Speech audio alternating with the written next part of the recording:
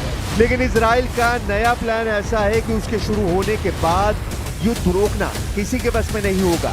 Iran के nuclear अड्डे पर बम बरसने शुरू होंगे तो युद्ध में अकेला ईरान भी नहीं होगा।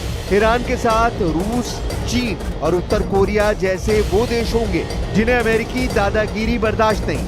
वहीं इजराइल को अमेरिका समर्थन देना जारी रखेगा या नहीं, इसकी अब कोई गारंटी नहीं है, क्योंकि ट्रंप हर दिन अपना रुख बदलते हैं। यूक्रेन रूस का युद्ध हो या फिर खाड़ी का घमासान, अब तक प्रेसिडेंट किसी भी वादे पर खरे नहीं उतर पाए हैं। ट्रंप की यही मजबूरी नेतन्याहू का सिरदर्द बनी हुई है।